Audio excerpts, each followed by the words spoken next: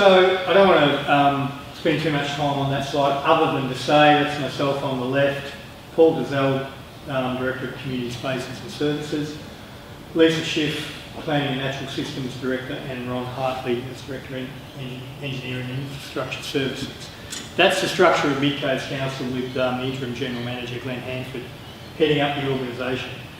The intent is that we've put in place a structure with managers and directors for MidCoast Council. That's in place. We put that in place very quickly last year, and we've been working towards forming up the entire structure of the organisation.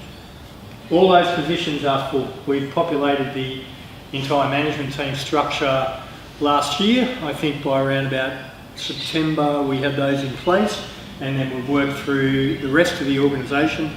We almost have everyone in positions. We're probably about 80–85% there.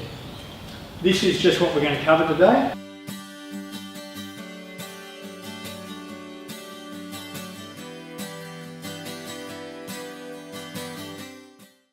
So as Engineering Director, the major assets fall in my area. Roads and bridges and so forth take up about 3/4 of the council's assets. So when we merged, our asset and financial position indicates that we've got some long and short-term challenges. If you were here at the previous presentation, you'd be aware that we've got a $5 to $6 million gap in our funding renewals. Renewals are renewing our assets as they fall apart. We've got a significant backlog, $180 million. And just to explain what a backlog is, and if we take let's say a fictitious road, let's call it the Lakes Way. It's 2 lanes, but we need a 4-lane road. So our backlog is the cost to bring the current 2-lane road up to satisfactory standard. That's the backlog. If we say that we need a 4-lane road to get out to the highway, you need to, when we improve the standard of that 2-lane road, we would widen it to 4 lanes. That additional widening is called an enhancement. That is not part of the backlog. So if you have a 2-lane bridge that you need to upgrade to 4 lanes, it's not all part of the backlog. So what that means is, even though we've got $180 million backlog, the cost or the amount that the council would have to spend to remove that backlog is significantly more than that $180 million. Our operating financial position is more positive since the merger than we anticipated. And with the efficiencies and savings and stronger communities funds from the state government, we're looking to provide a $30 million road and bridge program over the next 4 years. And that's made up, as indicated there. Council is envisaging savings and efficiencies of $4 million a year over the next 4 years. And the state government, as part of the merger package, has given us $14 million to spend on an infrastructure project. So the first $4 million of our $16 million program, this is the money that we've developed from savings to date. And this money has been allocated, it's been through council and has been allocated. So that $4 million worth of work, the majority of that is currently underway, and that will be spent before the end of the current financial year. That's the first $4 million of council money from the merger savings. Resealing. Now, this diagram here is a good one to demonstrate what we do with resealing. And you can see this is River Road at Taree. You can see the parking section, or the section on the left there, is quite badly potholed and patched. The section on the right is not too bad.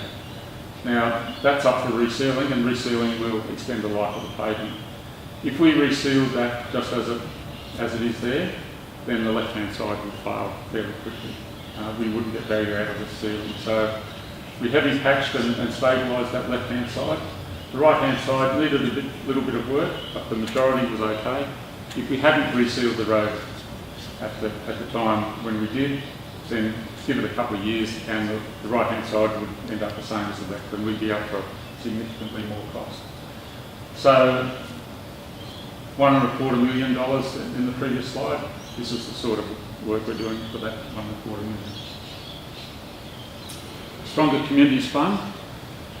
As I indicated, the state government gave us $14 million for capital works as part of the merger funding. The government was looking for us to build a project. Through our community consultation and feedback from the community, the biggest issue in this area is roads and bridges.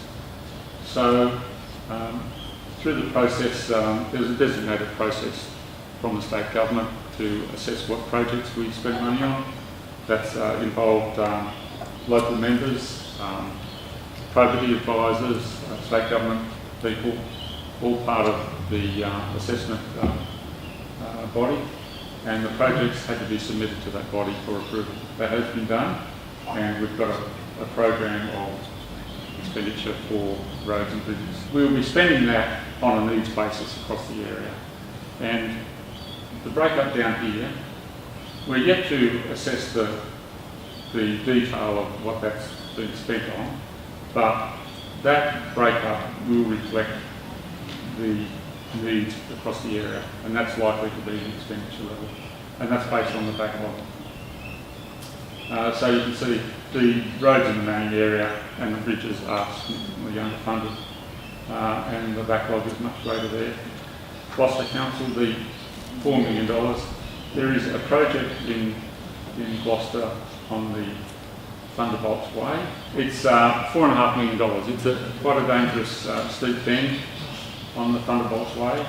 It needs $4.5 million, and we've been advised that if we provide seed money, we will be able to get $4.5 million. So we've allocated $1.5 million of the $14 million towards that project. In the Great Lakes, $1 million. Substantial portion of that will go to the bridges. There'll be additional resealing and so forth. The breakup of the $14 million, that's how we will be spending it in terms of on the assets. Road renewals is stabilisation, reconstruction of roads, those sorts of things. Bridges, that would be replacing timber bridges with concrete bridges, and Thunderbolts Way and road resealing, as I mentioned. The state government allocated $15 million, $14 million for the program that I just mentioned. There was another $1 million for community groups under the Stronger Communities Fund. The first $500,000 has been allocated, and there was a process to allocate that money. Again, probity advisors, so forth, involved in that assessment. It's not just a council assessment. What we found with the first applications, a lot of people didn't follow the guidelines. A lot of community groups didn't follow the guidelines. So to assist the community groups, we're having information sessions to ensure that everyone can make a proper application, and those information sections will be available. They'll be advertised on our website. So if you belong to a community group and you want to take advantage of that, I'd encourage you to come along to one of those sessions. In terms of our long-term financial situation, this is our long-term financial position. As you'd be aware, budgets go up and down. On a long-term basis, it averages out at just under $1 million surplus. Now that's a cash in, cash out position. It doesn't take into account capital grants or depreciation. And as I've indicated, there's a $5 to $6 million shortfall in our funding our depreciation. So our net financial position will be significantly below the line unless we can address that depreciation. So, as that indicates, our household budget, our cash in, cash out, is fairly good, but we're not funding our depreciation. Until we fund our depreciation, and depreciation, a lot of people consider that an accounting term, but it's the reality. It's the amount of loss of life of your asset compared to what money you're putting in to renew it. So if your depreciation is not being funded, the quality of your assets is deteriorating each year, and ours is deteriorating at $5 to $6 million a year. So we've got options. We can increase income, we can increase rates, look for other government grants, that type of thing. We can decrease expenditure. Now you have to decrease expenditure in the right area. There's no point decreasing expenditure in roads if you're trying to address the depreciation. But we can look for efficiencies in other areas and reduce expenditure in areas that aren't contributing to to the backlog situation. As Ron said, we can look at those three areas. Usually in reality it's a combination of those. If we're doing a job right, we're looking at efficiencies where we can decrease expenditure without affecting services that the community values, so that's a conversation with the community. And our biggest source of income is rates. So we can increase rates, but only through a special rate variation. Otherwise, rates in New South Wales are pegged with a thing called the rate peg, set by the government agency, which is IPART, Independent Pricing and Regulatory Tribunal. IPART have told us in our long-term financial plan that we should have a factor in a long-term rate peg of 2% based on current inflation and other factors that come into play. But this year, for example, that rate peg is 1.5%. So IPART really haven't given us a 2% rate peg for some time.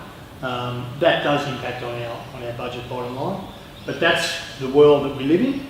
In terms of the special rate variation, all councils in New South Wales have a process where we can go through and apply for a special rate variation through IPART. Pretty rigorous process, involves, as you would be aware, conversation with the community, engagement, feedback, etc. We commenced that process last year after we were merged because there was an indication from the government that they would not be allowing special rate variations for merged councils, but there was no set policy position at that point in time. There was actually an IPART report that talked about allowing merged councils to apply under certain circumstances, but that report hadn't been acted upon by the government. So we applied and we consulted with the community during that process. In December last year, we were formally advised that it had been put in the guidelines that councils who were merged could not apply, and those that were going to be merged this year, if that continued, would not be able to apply. So that's the situation now, not eligible for a special rate variation in 2017-18.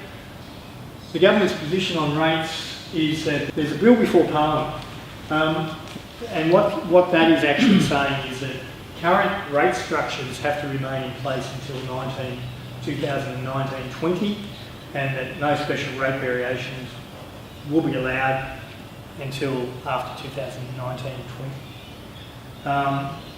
And merged councils are on the same rate path as they were before.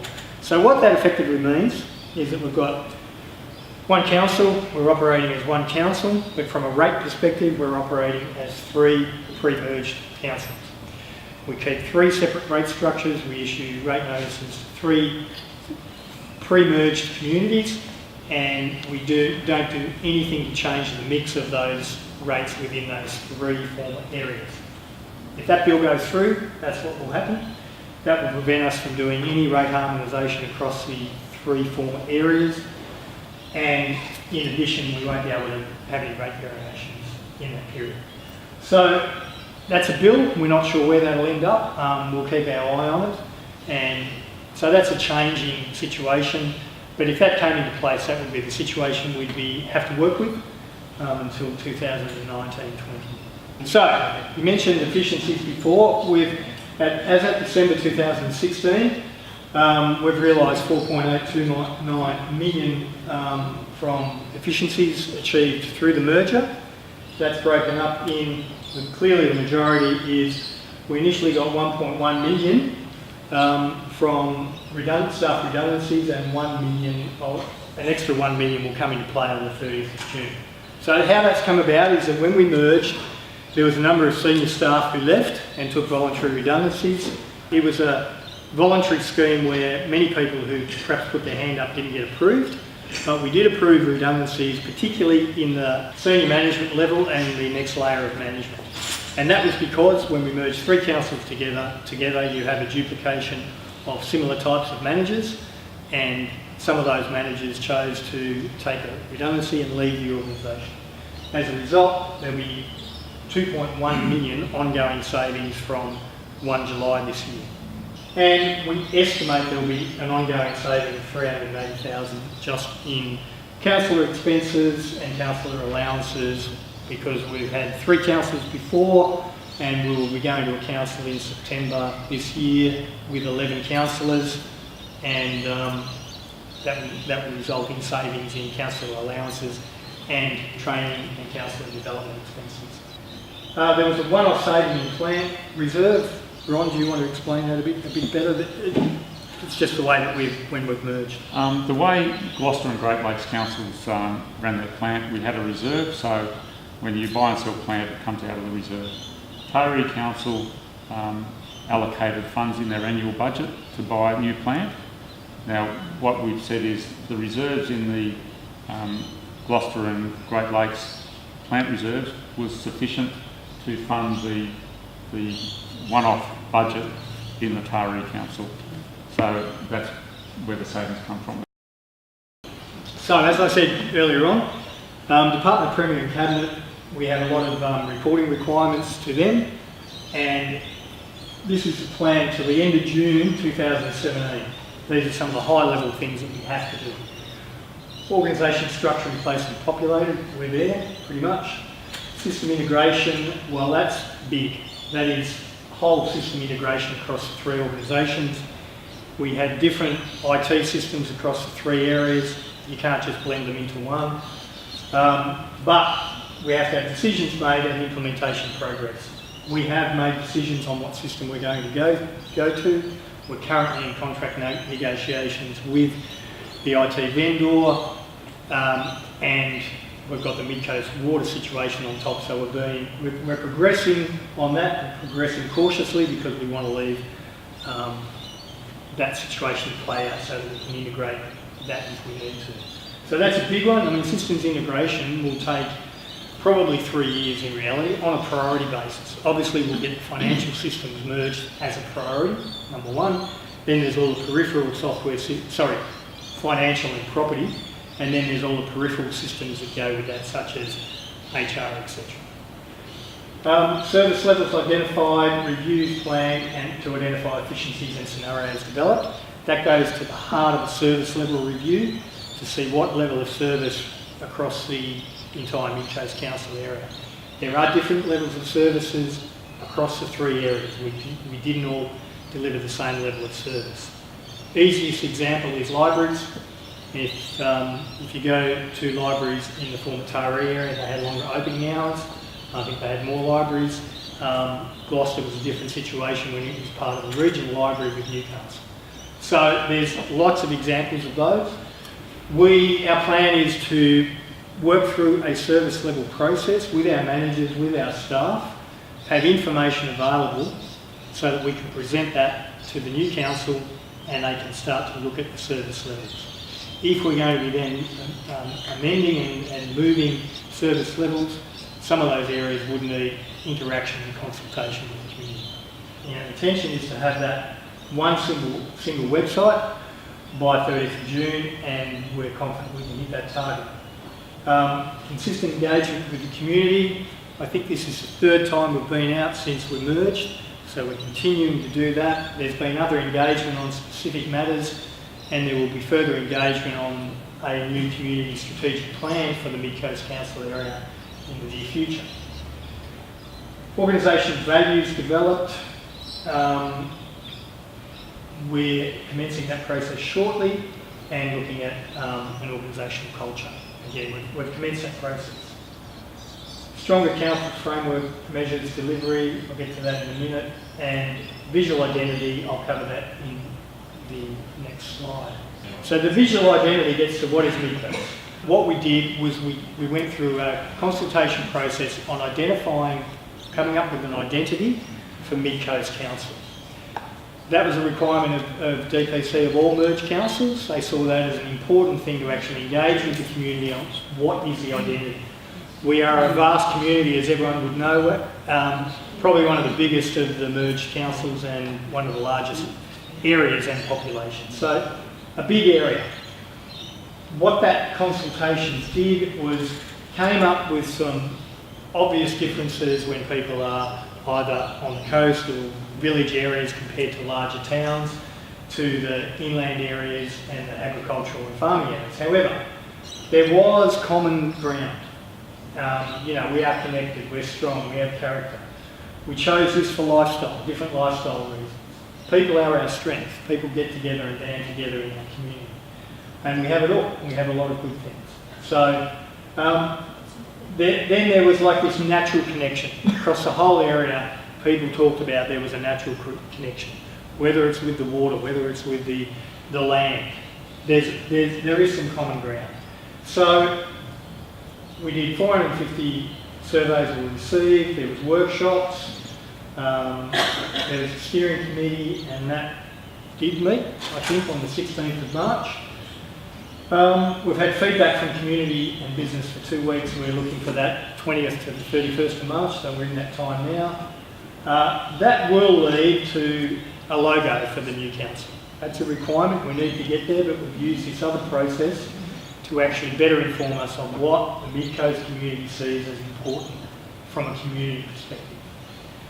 We will make a decision on the logo in early April, and that will be a new visual logo for MidCoast Council, and you'll then see it start to appear on things as we progressively wind through our other station.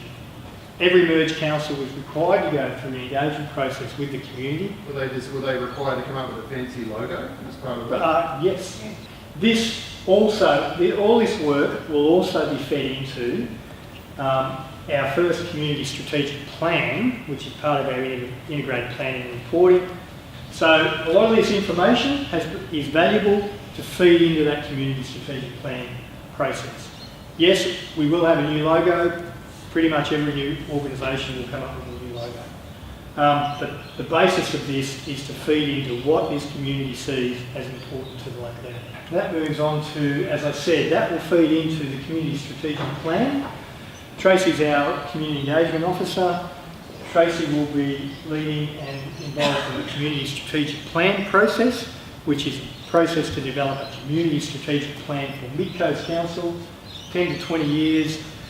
We'll use some of that information through those consultations, and then there will be further consultation, some commencing next week, I think, Tracy, and rolling out over the coming months. Yep. So there will be more, and that community strategic plan is important because we take that plan, and this is the integrated planning process that we use, and all New South Wales government, local government uses.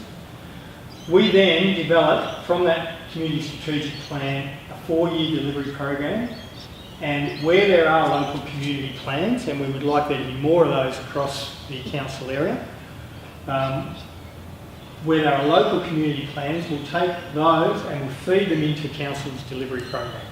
We can't guarantee we'll include everything because some of those things may not be achievable. Some of them may be things better delivered through the local community, through volunteer networks and the like. Some of those may well be state government responsibilities, because they might involve health and education and the like.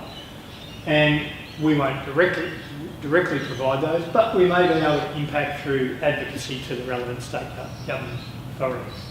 So we develop our council 4-year delivery program, taking the inputs from that. We then look at how we make sure we can resource that, assets, people, financial, and then we develop a 1-year operation plan, which is often what you see the detail of a 1-year budget and a 1-year plan of what we're going to deliver. And we regularly report and review on that. So the operational plan, because we're a merged council and we don't have a community strategic plan, and we've been operating this financial year on the aggregation of the 3 former councils, from next year, 17-18, we will have a 1-year operational plan.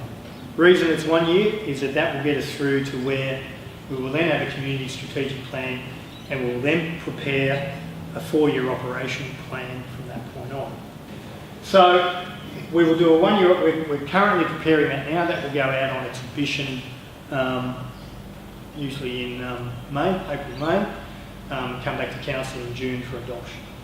So that will be out on exhibition and that late April, and that will have the details of our 17-18 budget and what services we can deliver.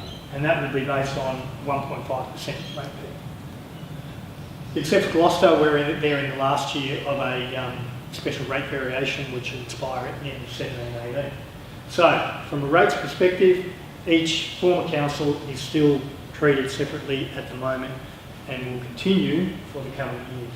One thing that will be different on the rate notices next year, and you may have started to hear some of this in the media, or if you've had an insurance notice recently, and mine arrived on the weekend for home insurance, you get a little flyer that talks about how that will impact on your home insurance premium, in that the government will now be collecting an emergency services levy, and councils are the collection agency for that. We have no choice in this. It's a state government levy. We collect it, it goes off to the state government. We get a small administrative fee for our work and effort in actually pulling that together, but they're using council property databases, and we will actually collect that and send it off to the state government. For a residential, they're talking a base rate of 100 and then an amount based on your unimproved value of your land. Estimates are around about $180 for the emergency services levy. And the government's own website says that you should receive around about a $230 reduction in insurance premium. Mine dropped by 130, so it did drop, but it didn't drop by 230. We are the collection agency. As I said, it's not a local government charge. Your rates will go up 1.5% next year, the rate peg, but you will have a charge. As I said, I don't know what that is. It will be separately identified, but your bottom line will go up. We will have to send that off to the state government, Dept of Premier Cabinet. Have been working with all merged councils to come up with characteristics of a strong council. And this leads into the election discussion, because it's aimed at a new council coming on board, delivering strong results for the community, building successful partnerships, having the organisation in place to make it happen. So that is about developing a one-year report card, reporting progress against the government framework about how we have strategic capacity, how we deliver our services, how we have a good relationship with the community, and how we have a strong organisational health, which is your financials and your asset management position. So the audience for this report card is the community, yourselves, is our staff as part of the community, Dept of Premier Cabinet, and the incoming council. There will be a lot of work to be done with the new council when they come in. So we're starting the framework for that discussion about what is important for a community, what is important for a strong council. It's a checkpoint to make sure we're heading in the right direction for the community and other stakeholders. So we're working with that, and that will continue to be reported on and reported through community mechanisms and internally to measure our own performance. Elections will be on the 9th of September.